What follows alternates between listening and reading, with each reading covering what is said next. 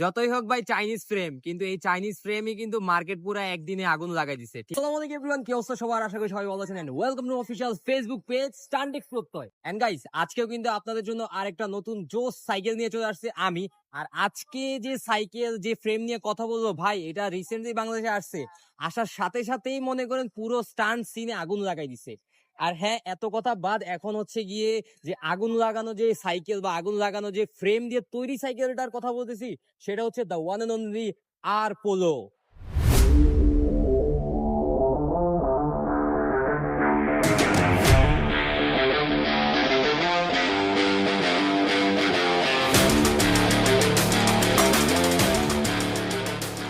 তো গাইস, সিনেমেটিকে তো দেখলেনি সাইকেলটার লুকস কতই না বেশি জোস। আর এই সাইকেলের এত জোস লুকের পিছনে সব থেকে বড় অবদান হচ্ছে এই সাইকেলের ফ্রেম।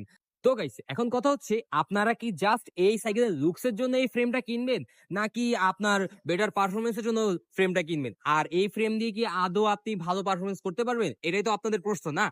তো ফার্স্ট অফ অল বলে রাখি, এই ফ্রেমের কালার হচ্ছে ভাই ক্যান্ডি রেড। আর সত্যি কথা বলতে এই ফ্রেমের লুকসের দিক দিয়ে তো এটা 100 আউট অফ 100 আছেই। আরেকটা জিনিস আপনাদেরকে দেখাই, সেটা হচ্ছে ভাই, এখানে নিচে একটা হেডসেট গার্ড আছে, উপরে একটা হেডসেট গার্ড আছে। তো হেডসেট ভাঙা নিয়ে তো মনে করেন কোনো প্যারাই নাই। এই ফ্রেম যদি ভাঙতে পারেন তাহলে ভাই আপনি এলিয়েন ভাই। আর যে আপনি ব্যালেন্সের কথা বলতেছেন, যে ভাই এটা দিয়ে কি আদৌ ব্যালেন্স করা পসিবল কিনা, এটা একটু আপনাদের সাইজটা দেখাই। এইটা পুরো পুরো আমার যে নিজের এক্সটেনশন গেম বয় আছে, ফুল এক্সটেনশন গেম বয়ের যে মেজারমেন্ট, ফুল ওই রকম মেজারমেন্টের ভিতরে এই ফ্রেমটা তৈরি। হ্যাঁ, আপনারা বুঝতেই পারছেন যে ব্যালেন্সের দিক দিয়ে কিন্তু এই আর পোলো ফ্রেমটা কিন্তু অনেক বেশি ভালো হবে। আর অ্যাজ আ স্টান্ট রাইডার হিসেবে আমি এটা দিয়ে স্টান্ট করে দেখছি। স্টান্ট করার পরে আমি যা বুঝলাম, এই সাইকেল দিয়ে কিন্তু আসলেই অনেক ভালো ব্যালেন্স করা যায় স্টান্টে। আর সত্যি কথা বলতে, এই ফ্রেমটা বাংলাদেশের মার্কেটে আসার সাথে সাথে এত পরিমাণ হাইপ উঠছে এই ফ্রেমের, যা বলার বাইরে।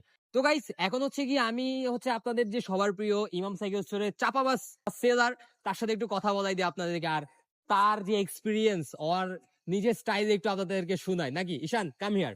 এখন ঈশান, তুই আমারে বল, এই ফ্রেমটা কেমন? শক্তপোক্ত?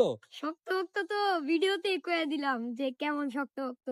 তো আমার যদি না পছন্দ হইতো তাহলে তো আর আমি নিতাম না। আর এখানে একটা কথা, ঈশানের আর আমার হাইটের ডিস্টেন্স তো আপনারা বুঝতেই পারছেন, ও তো এখনো ছোট।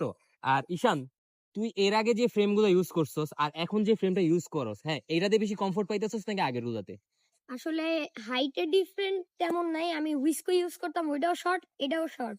বাট এটা একটু বেশি শর্ট, আর এটার হচ্ছে চাক্কা খুলে না। ওইটা মনে করেন যখন পেগুলি মারতাম তখন চাকা খুলে দিত। তার মানে যাদের হচ্ছে গিয়ে বা ছোট ফ্রেম প্রয়োজন, বা ছোট ফ্রেম দিয়ে স্টান্ট করতে কমফোর্ট ফিল করে, তাদের জন্য কি এই ফ্রেমটা যথেষ্ট হবে? বেস্ট।